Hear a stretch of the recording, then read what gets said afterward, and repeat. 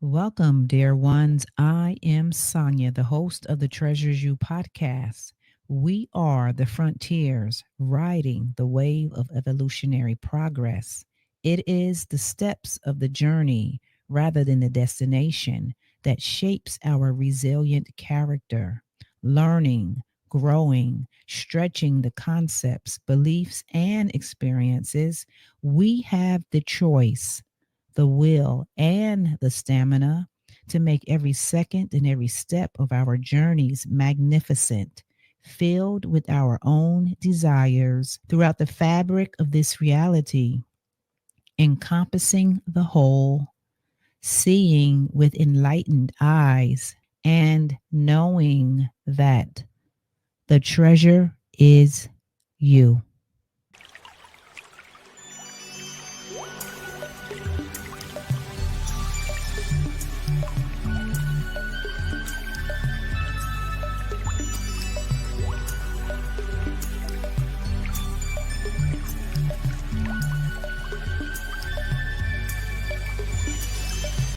Hello, dear ones. I hope you are enjoying your day. I hope that you are enjoying the present moment. As you can see today on the Treasures You podcast, I have a lovely guest. She is a ordained minister, and her name is Reverend Brig Feltus. And before we start, I would like to say a brief description of our lovely guest. She is the founder of the intersection of mankind and the Dean of ReMember Institute with extensive expertise in metaphysical science and psychology. Reverend Brig empowers listeners to transform their lives. As an ordained minister and advocate of diversity consciousness, she helps to navigate personal growth, fostering genuine connections and exclusive perspectives. Join the conversation for a journey towards sustainable change. So I welcome you, Brig, to the Treasure Is You podcast. Well, thank you for having me. I appreciate it. Yes, it is a pleasure to have you. Your energy is such a inviting energy. So Well, thank I you. am enjoying every moment of this. I'm really glad to be here. Yes. So first I want to ask you, Brig, what inspired you to create ReMember Institute? Well, first of all, it's non-secular. It is based in spirituality and metaphysical science. So I'm teaching principles, philosophies, and practices that have to do with taking care of yourself mentally, emotionally, and physically, and how that relates to spirituality. I think a lot of times people think of spirituality as believing in myths. And for me, I don't believe in a separation between the spiritual, the physical, and the mental realms. I believe they're engulfed in each other.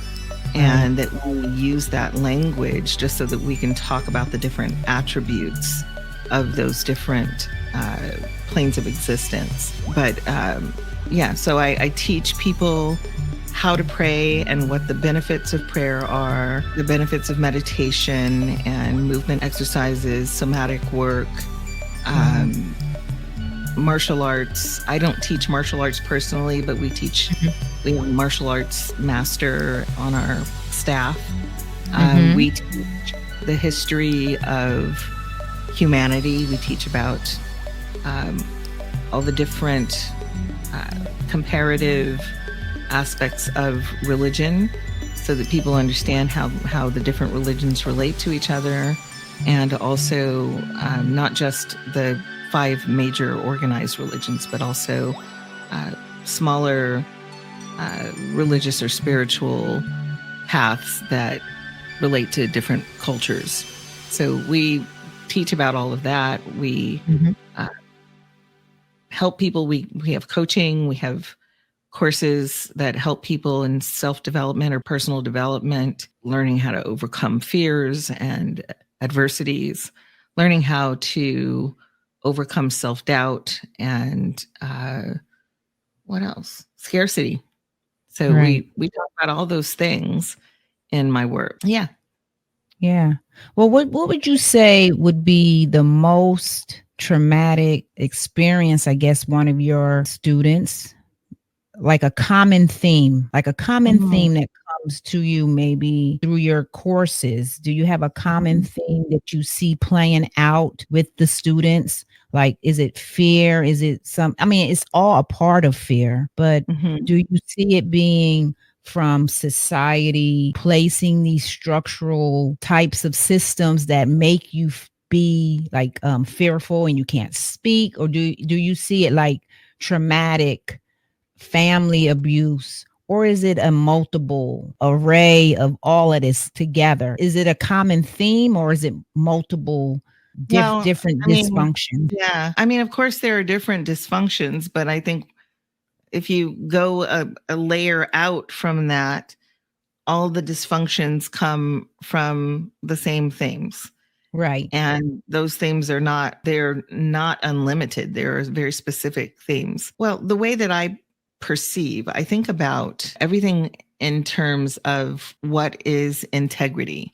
And right, in my work, we define integrity as wholeness. mhm, And you're practicing integrity or honoring integrity is the right, commitment to wholeness.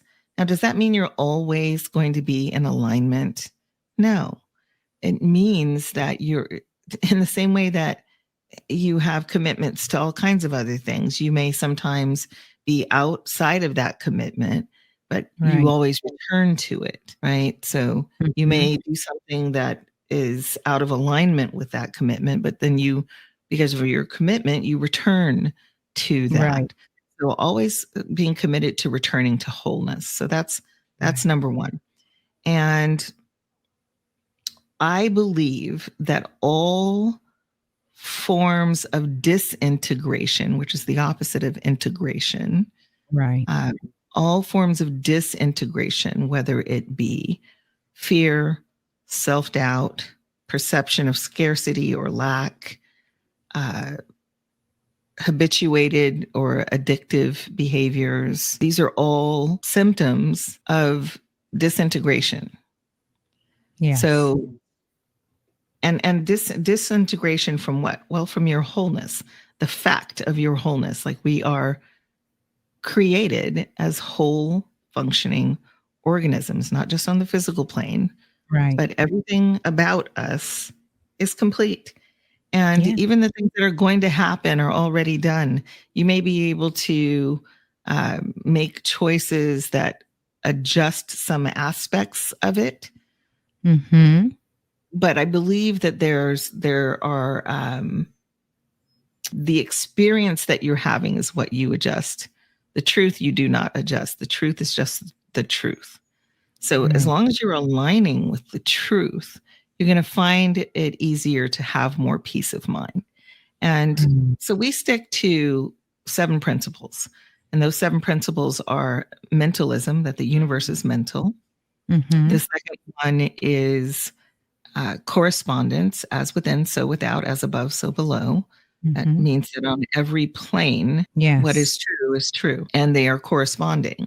Vibration, everything has vibration, everything vibrates. everything, On the physical plane, this is scientifically, by the way, all of these principles, if you were to show them to a scientist, now these are before science, this comes from ancient Egypt. And so they were established thousands of years before Western science. mhm, So yes, when Western science got a hold of these things, they held them up against their experiments and their research and found that they are actually true. So mm, these 7 principles are universally accepted as true.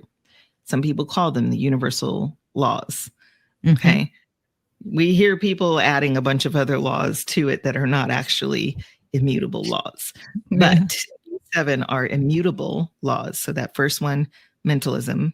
Second one, correspondence. Third one is vibration. Everything vibrates. And yes, vibration is what holds things in their shape. yes, So on the physical plane, whatever my cup here, the tiny microscopic particles that hold this cup that make the cup Right. what it is, are held together by vibration. So if we give vibration another name, we would be talking about frequency. Yes. Vibration is frequency. And then we're talking about an oscillating wave of energy, right?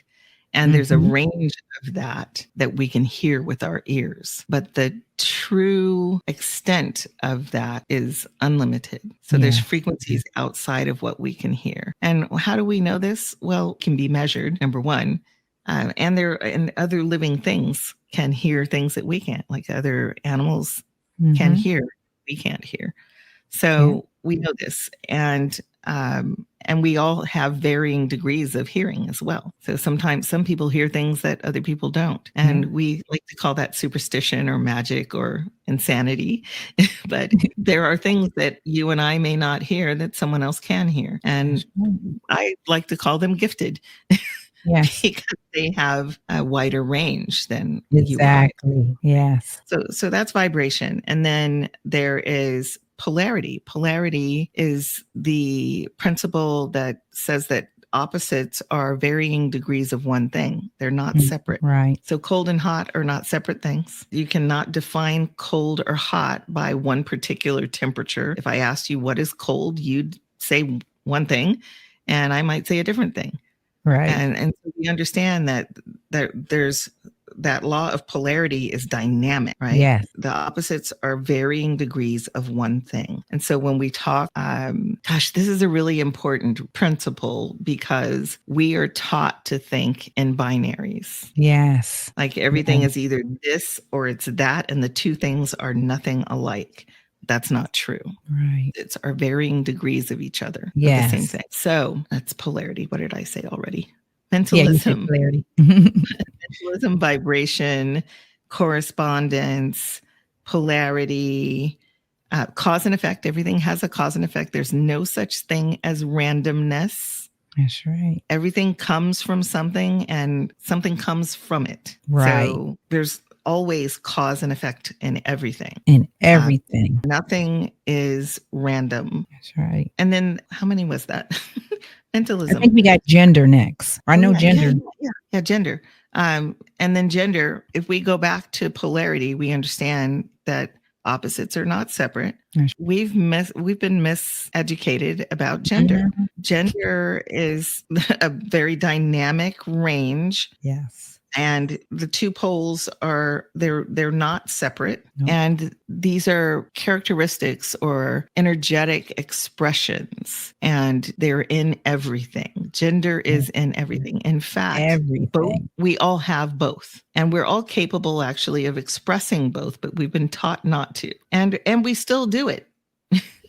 Even though we've been taught that it's not okay, everybody expresses both genders. Yes. If you're able to learn how to do something, and you've practiced and you've put in the time and effort to study, that is masculine energetic stuff. If you are able to be spontaneous and creative and feeling and intimate, this is feminine energetics. Right. And if you're able to be volatile, sometimes we need to be volatile, folks. If you're able to access that within yourself and express it, that's actually a feminine energetic. And people don't understand these things. When I learned them, it really surprised me. I'm like, why are they not teaching this in school? If I had read the Kabbalion, which is the book that you can now purchase with these principles in it, if I had read this as a teenager, I would have had better grades in sciences, in chemistry and math and all sorts of different things, because it explains things at the root of the concept so that you can understand how to cogitate the constructs of science. So, yeah. And we're not taught these things. You can go on Amazon right now and buy that book, but we're not taught those things. And it's thousands of years old. And in fact, many religions have studied these things. It is believed that the story of Jesus, where as a toddler, Mary and Joseph flee into Egypt. Mm-hmm. Is it Mary's sister? I'm trying to remember. I think it's Mary's sister Mm-hmm. and her son John. Okay. They flee into Egypt to get away from the emperor who wants to kill them. And so the emperor's going around killing all the firstborn sons because they've heard that Jesus was born, right? Right. So now this is a story. So Yeah. this is also like aligning, by the way, with a very comedic story of a virgin birth, et cetera, et cetera.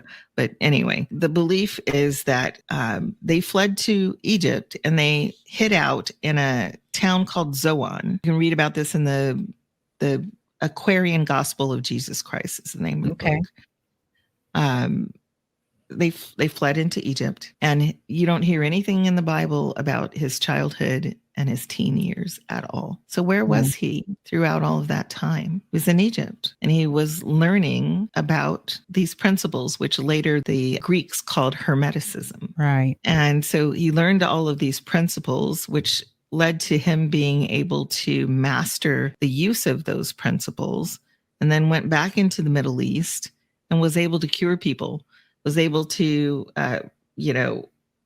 multiply fish and bread, and could, quote unquote, bring people back from the dead. Right. I mean, doctors do that all the time now. But back then, this would have been considered a miracle. In fact, our conversation would have been considered a miracle back then. Yes. Right. Mm-hmm. So, and I'm not saying all of this to say I'm against religion or anything like that at all, really. I don't think there's a separation. I don't think there's a separation from the two, from physical plane science and religion. I just think that what we know, we've already experienced, we already understand is one thing. And then our spirituality is the things that we have a sense of are probably real, but we haven't grasped them enough to understand where they come from, how they work, and all that sort of thing. So again, all the planes of existence being one composite with each other. So I think that most people don't know these principles and don't understand them. They haven't mastered them. They're not taught them. And to the extent that we are taught those things, it's just enough for us to get by and do the work for the master.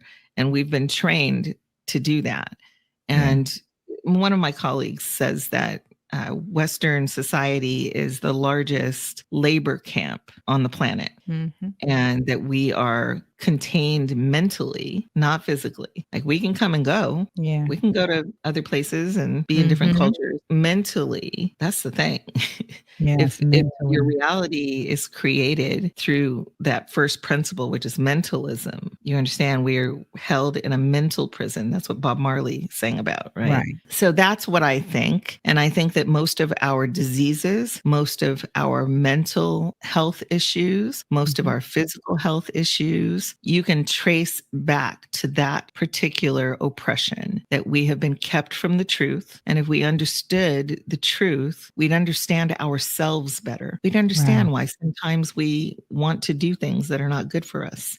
We'd understand why sometimes we want to harm others when we shouldn't. And we'd have more discernment. We'd be able to, instead of just being given arbitrary rules and being told this is good and this is bad, we could think more dynamically, and we could be more discerning and more creative in how we move through the world. And so we don't have that. We're not given any understanding of what trauma is. We're not, and that is a trauma, actually, to be kept from the truth. If someone lies to you, that is traumatizing to your reality, especially if you don't know what's real and what's not real. Like, if you believe that person, your psyche already knows something ain't right, even if you don't consciously know. So it's going to affect you in a negative way. That's traumatizing. Any out of integrity can cause trauma. And we all experience trauma. We all experience violence, because we live in cis hetero patriarchal, white supremacist, capitalist, social, corporate socialism, imperialism, all of these things Yeah. are traumatized. They're violent, Mm-hmm. Yeah, they right? are And we don't violent. know it because at this point, it's normal. It's normal that Right. there are poor people. It's normal that there are millions of people homeless in this country. It's Right. normal that people kill each other. Right. We're desensitized to these You just read things. my mind. I just said that in my mind, and you said it. Mm, Desensitized yeah, to all the traumas. So our yeah, true self knows that, okay, this is not right, but the collective doesn't know what to do about it because they're right. stuck in that system. Yeah, we're just And it stuck just, in this vicious cycle of yes, trauma and violence. And yes, because of the fact that we're not conscious of it, but the right, system knows it, the right, system goes into what we call vigilance. And that vigilance is about protection, about being in fight mode. We right, understand vigilance is fight, flight, fawn, or freeze. Those are the four uh, expressions of vigilance. vigilance. And yeah. And vigilance is about protecting yourself. Mm-hmm. And we stay in this mode. We live in this mode. So much Right, of our waking hours are spent defending ourselves or trying to protect ourselves from harm or rejection or however these things express themselves. And right. it's self-perpetuating at this point. Mm-hmm. It's self-perpetuating because if I have the experience of being harmed, if I have the experience of being lied to, if I have the experience of being disenfranchised or marginalized, Right. or I have the experience of being oppressed in any way, attacked physically or imprisoned, kept from not given the same privileges, discriminated against in some way, I'm Right. traumatized. How does that affect my view of the world? Well, it comes through a filter that I've been taught of good versus evil. And Mm-hmm. that's a binary. Yeah, It's a it is. binary. And that's when you're in vigilance, you don't want to, your system doesn't want to think, your system is feeling, Mm-hmm. right? So there's Yes. less conscious discernment and more reactionary interaction with the world around you, Right. right? Right. Yeah. Well, I want to share something with you. This was some years ago. I used to work in the medical field Mm, and I got some intuition. I was just working and I got this phrase in my head that said, I was working on a chemo floor for cancer. mm, So I got the message in my head that, so there is a cure for cancer. mhm, So that it was sticking in my head. And I said, yes. And I was looking around, at the doctors, myself, everybody working. I've seen the system of how, mhm. how the system is, in that time. And it still is. And I said, yes, this is a system because if the truth came out to, the cure of cancer, which is many ways of curing cancer, which is, natural ways, getting Mhm, away from that system there. That's mhm. altogether getting away from that. Um, then this system would crumble. This Oh, yeah, system of the medical world would crumble if the cure came out. So then all the doctors wouldn't have they couldn't be doctors because we have a cure. So totally. that came to me at a young age. I was in my 20s and I said, wow. So this is the system just going to keep people going in a spiral so they can keep Absolutely. taking these medications that's not really Mhm, good for them, for your other organs. And so absolutely. that was something that just stuck out for me in my Yeah. 20s. And I said, Well, wow. yeah. Yeah. Because of stress and the violence of being Black in a white supremacist society, my sister had high blood pressure at a very young age, hypertension, she had high blood pressure. So Hmm. they put her on a medication that was supposed to regulate her blood pressure. Right. Um, Sometimes it did, sometimes it didn't. Hmm.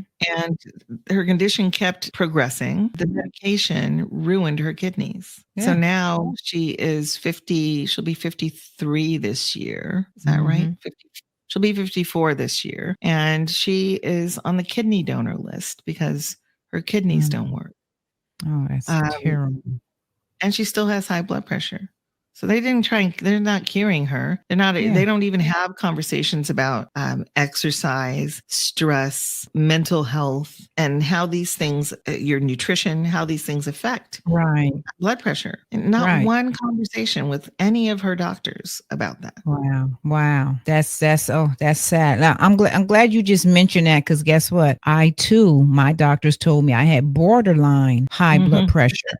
So here we go. Yeah. I already know this was 2016. I was in the Hmm. medical field, and I'm just going to share with you how I don't have high blood pressure anymore. And I'm going to Oh share my God. with you how Beautiful. I overcame that, because I left that job. That job Mhm. for me, this is my experience, was toxic. It was Oh very yeah. toxic for myself. The people that Hmm. I was around, it was very stressful to Hmm. my authentic self. Hmm. So going into that toxic environment every day, that right there caused the imbalance, okay, in my Absolutely. whole system, okay? Well, that's The what we way talk that we about wo yeah, the when I way say that we work. disintegration. Huh? What'd you say? That's what Yeah. I mean when I say disintegration. The environment was disintegrated. You being in it was disintegrated. Yep. Yes. Yes. And the way that we, because I call it institutionalized work. Like, I can't work in institutions like that, because it's like Mhm. you got to go have your lunchtime at this time, and you got to eat quick, right? You can't eat, like peaceful. They're calling you on the phone, and I worked in the operating room, so it was very stressful. Mhm. So, like, everything about that job for me was toxic. And I went and had tests done, and they said, "Oh, I had high blood pressure." Then they said I had something I had to get something. Oh, I had a heart murmur, heart Oh, murmur yeah. on my heart. They Mhm. said I had all this stuff wrong with me. So one day, I'm just going to share with you, I just decided I'm leaving this job because I love myself. Mm. If I stay here, I'm not going to be living anymore, Good for or I'm going you. to be sick, like not being able to enjoy life. So And I that used must have been scary. yeah, yeah. But you know what? It was scary, but I had more of the power to say, okay, I'm walking away from this because I know that there's better. And I Yeah. know I'm not supposed to be here. And I Yeah. learned a lot from being here. Yes, I did. That's why I was there. But then it was time for Sonya to leave. So when I left, okay, I changed. I was able, because I love nature. So I did all my exercises and everything outside of nature. I always did eat well, but because of that job, it was like you really couldn't eat the way you wanted to eat. So I changed my Mhm. eating habits. I removed myself from that environment. I was able to meditate. I was able to do the things I love. Like, I love drawing too. I love writing. So I started doing the things that I love. And guess Beautiful. what? My intuition, when they prescribed the medication for me, my intuition, which my higher divine self said, stop taking that. You don't need to take that. So I Yep. stopped taking it. I only took it for maybe like 2 weeks. That was it, because Mhm. my higher self was like, no, do not take that. You don't need Was to it do that. something You like need to make some life changes in your life. hydrochlorothiazide or something like that? And now my blood pressure is, I guess how they say, normal, whatever, it's 120 Mhm. over 80. That's the textbook normal, Mhm. if that's Mhm. really normal. But I don't have it anymore because I changed everything in my life. Yeah, I So have a similar everything that story. affects us, you see, Absolutely. it Absolutely. affects us. So I don't want to take synthetic medication for the rest of my life. Mm-mm. So I'm going to do what's going to enhance my life and help me to be healthy and have a healthy state of well-being. Absolutely. Yes. So I just wanted to share that, because you said what you said, and I said, yeah, Yeah, I had a yeah. story too. Yeah, I have a similar experience to that. I'll be 59 this year, and I was diagnosed pre-hypertensive. Hmm. So, if I didn't get it together, I was going to have high blood pressure. Right. And um, yeah, I started meditating and doing all these practices, and I went back to school to study metaphysics and quit my other job and Mhm. just started feeling better. And Yeah. it went away. My Mhm. doctors were like, what is this? What are you doing? Are you taking your medication's working? I'm like, I'm not taking that medication. Mm. No. No. Yeah. Mm-mm. And they're not even, I think there's some kind of ethics system that says they're not allowed to Mhm. tell you not to take the medication and to do these other things instead. Right. Wow. Well, I'm glad you did what you were supposed to do and you listened and you're better, right? Absolutely. Yeah. Because, I mean, who wants to take synthetic medication your whole life and then something else happens? Because So we that's don't what need I to. mean when I say integrity. So Yes. it's out, it is not in integrity for me to be in places that are not healthy for me Right. or where I'm not healthy for those spaces. It's Right. not an integrity for me to lie. It's not an integrity for me to eat things that are not good for me. It's not that big of a deal if you have a piece of cake or whatever Right. every now and then, but Right. know that there's cause and effect in everything, You got that right. right? So everything has a cause and an effect. So just because you don't feel an impact or aren't conscious of an impact doesn't mean there's no impact. And you have to learn these things in order to be able to live by that. And Right. so, most people are programmed or conditioned to feel overwhelmed about that. So they just do what they're told and listen to the advertising that they're given, you know, Mhm. The and programming. they allow their impulses to be manipulated. And Yeah. that comes easily when you live in a violent society. It's very easy to be manipulated because of all the Mhm. fear and the vigilance. And you just want relief. Like you don't even know why you feel tired. You don't know why you Right. feel so stressed Right. out. You just Yeah. need relief. Right. And if you have a good job, you might be able to take a vacation and go somewhere far away, and, like, none of this is natural that you should have to do that, Yeah, they you like know? to go away. You shouldn't have to go away. Right. I mean, you should You go should away because you want to, but not well, to to to get to away, explore, like. but not to recover.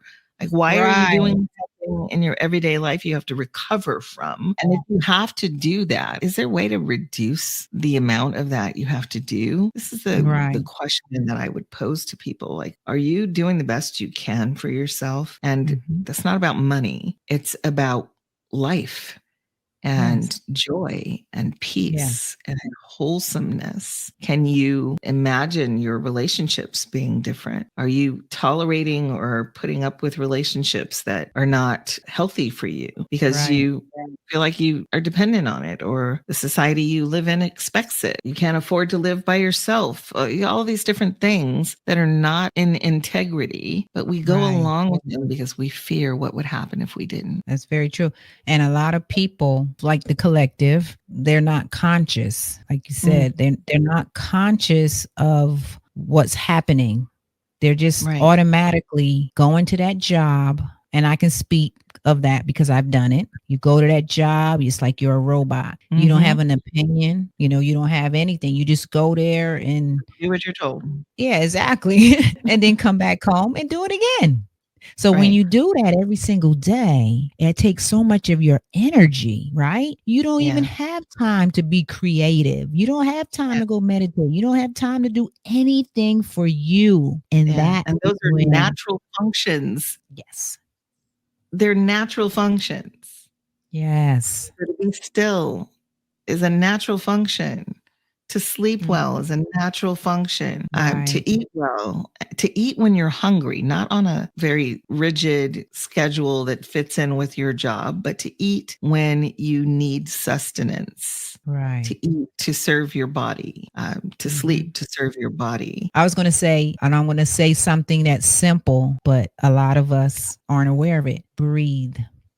Oh, Let's yeah. breathe right. Let's breathe. Let's take a nice inhale and Yes. exhale. Can we do that? Seriously. Mhm. I don't think so. A lot of people aren't. I know I I couldn't breathe for a long time. Oh yeah, Now, I'm a singer, and so when I was younger, I had a singing coach who was like, "Why don't you breathe?" I'm like, "What do you mean?" I mean, all the way down in your belly, like your yeah, whole torso should be expanding, your whole rib yes, cage should expand so that you can let in more air. And then yes, when you let it go, it collapses back down. That's the other thing. hmm People who are not trained how to breathe do the opposite. right, They poke out their belly when they exhale hmm and they inhale and suck it up. It's the opposite yeah. of proper breathing. We don't know. Yeah, that's what I'm saying. That simple thing would help relieve a lot. Feet in dirt, like actually connecting with the earth is Yeah. very important. Some people never go outside. Oh my goodness. A lot of I people never go can't. outside, get all kinds of illnesses and physical and mental from not Right. going outside. If you have low vitamin D in your body, you will be severely depressed. It's a chemical response to Yeah. low vitamin D. We need that. Our Yeah. trees need it. Plants need it. Our food. That's Hmm. life. The sun is our life Hmm. force. Yes, we need it. We can't run from it. Eating organically, it's very Yeah. important. But why is eating organic more expensive than eating processed things? That doesn't make any sense. Like to eat something the way it grows out of the ground, to eat Right. it the way it grew on the tree, to eat it the way it naturally exists in nature Right. is more expensive than eating processed poison. Right. Yeah. All a part of the violence of oppressive societies, and we're like addicts in it, you know. And Yeah. we all have some level of that, you know. Where Yes. if you live in an organized society that is, you know, where the dominant construct is white supremacy, capitalism, patriarchy, and imperialism, then some area of your life this is happening, unless you live Mhm. in the wilderness somewhere Under a in, rock.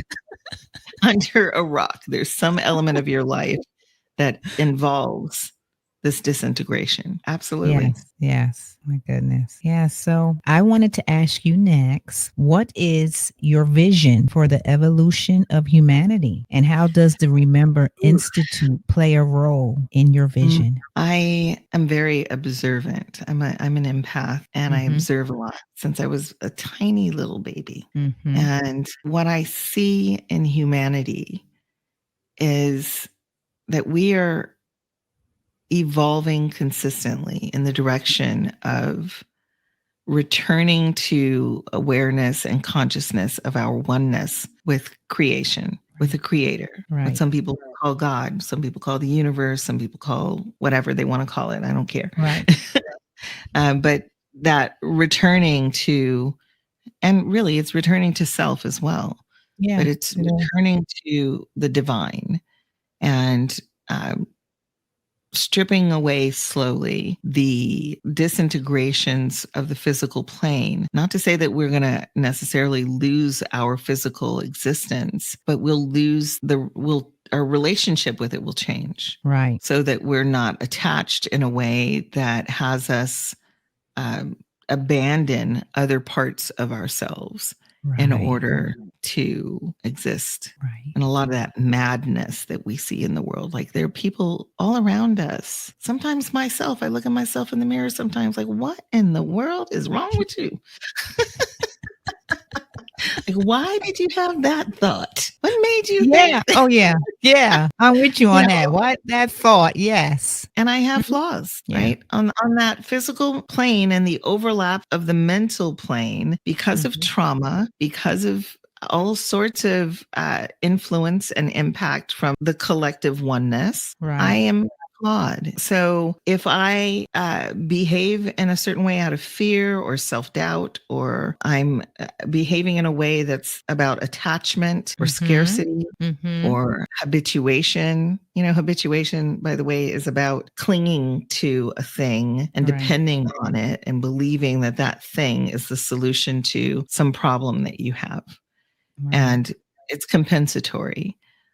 In uh, in AA programs or 12-step programs, they talk about compensatory desires and how these compensatory desires are a substitute for what you really need. Right. And the reason we get attached to them is because we don't believe we can have what we really need. And that is, to me, a symptom of the worst kind of violence, that we are taught to believe we can't access what we need. Right. We all need love. We all need peace. We all need Yes. rest. We all need wisdom. We all need abundance. We all need joy and laughter and connection and intimacy and these things, relief. We need rest. We need downtime. And if we don't have those things, we need healing. We need, when we get injured, we need time to heal. We need to be able to recover and revive ourselves. We need protection from danger. If we feel we don't have these things and we try and get some compensatory version from somewhere else, and there's always a true desire behind the compensatory desire, but we are not always conscious of this, right? So people go after money, they get addicted to chasing after money. And that's not to say that there's something wrong with having money. Right. Perfectly fine with having money. I will take it if it comes my way. Yeah, yes. But I'm not, that's not my religion though. It's not the thing I attach myself to. If I don't have it, I know that I'm still whole. Right.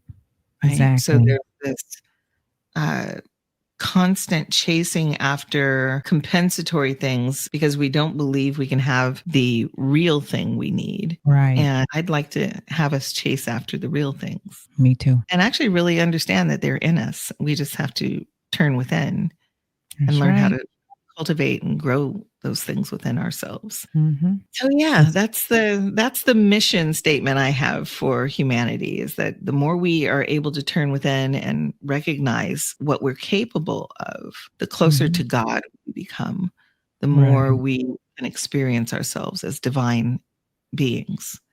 And all the rest will fall into place. There'll be more peace. There'll be less war. There will be less disillusionment and alienation. There will be better health for all of us. Our relationship with the environment and the planet will be more healthy.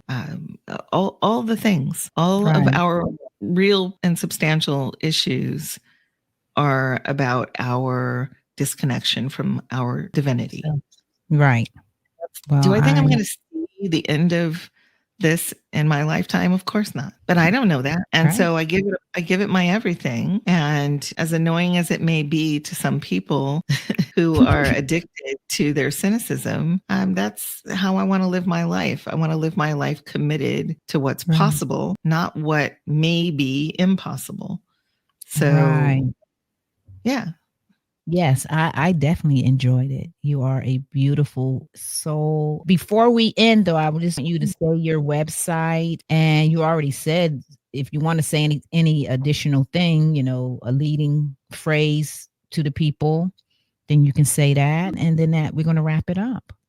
Awesome. Well, first of all, I have a mighty network, private social network, that anybody who wants to join it for free, you can find it at ReMemberInstituteNetwork.com. I post things all about these things that we talked about today.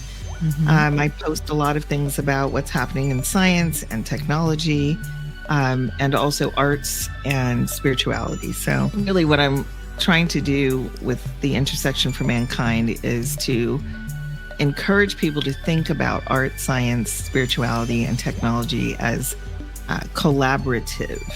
And that we need to think about that in the ethics of how we use those disciplines. Otherwise, when we think about them as separate, then we create more division and disintegration that creates more of a feeling of not being whole. Spirituality and science should be working together.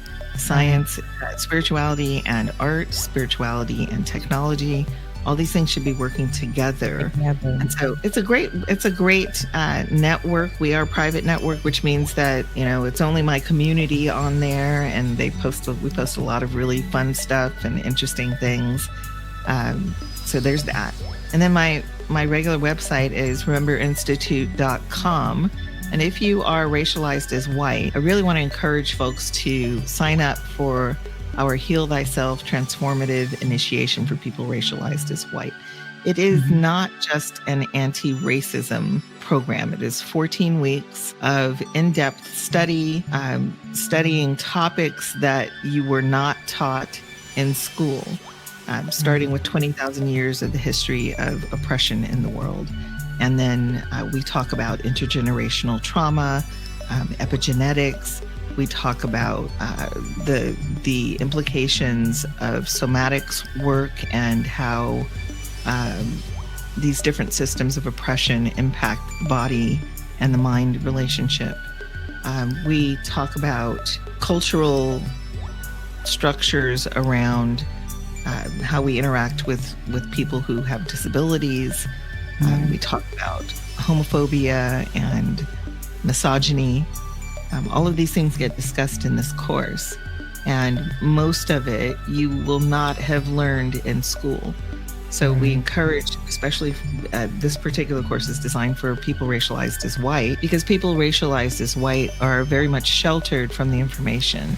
And because they're sheltered from the information, when the topics come up, they feel very defensive or avoidant of wanting to discuss. And so we're removing that, because even as a white person with white privilege, racism affects you. Misogyny and patriarchy affect men in negative ways. We want to actually think about what we do as not being adversarial, but rather that the entirety of the collective is impacted by any disintegration within the collective. Right. And so this particular course is for people racialized as white, and I invite you to check it out. It's on the website, ReMemberInstitute.com. Right. I guess that is it. I mean, you let everybody know about your website, and it was a delight to have you on the Treasures You podcast. And I just wanted to like the line. Yes. For people who are wanting to follow Reverend Brig, you can go to her website, check out her courses, because I feel she is making innovative changes for our world, helping to change the mindset of the world and of yourself, because it all starts with self. We have to love ourselves first, and once we do that, then that ripples out and helps others to love themselves. Yes. So I think that what you're doing is phenomenal, groundbreaking, innovative, and this is the direction. If we want to have more unity in our worlds, this is the direction I feel that we need to go into, so people can learn, right? So Yes, I think what you're doing is phenomenal. Thank you so much. Thank you. Thank you. Yeah, so thank you for coming to the Treasures You podcast. And as I always say at the end of my show, remember to be in the present moment. Remember to enjoy everything about your life, everything. And also to remember that the treasure is you. Take care. Beautiful. And namaste. Thanks, Sonia.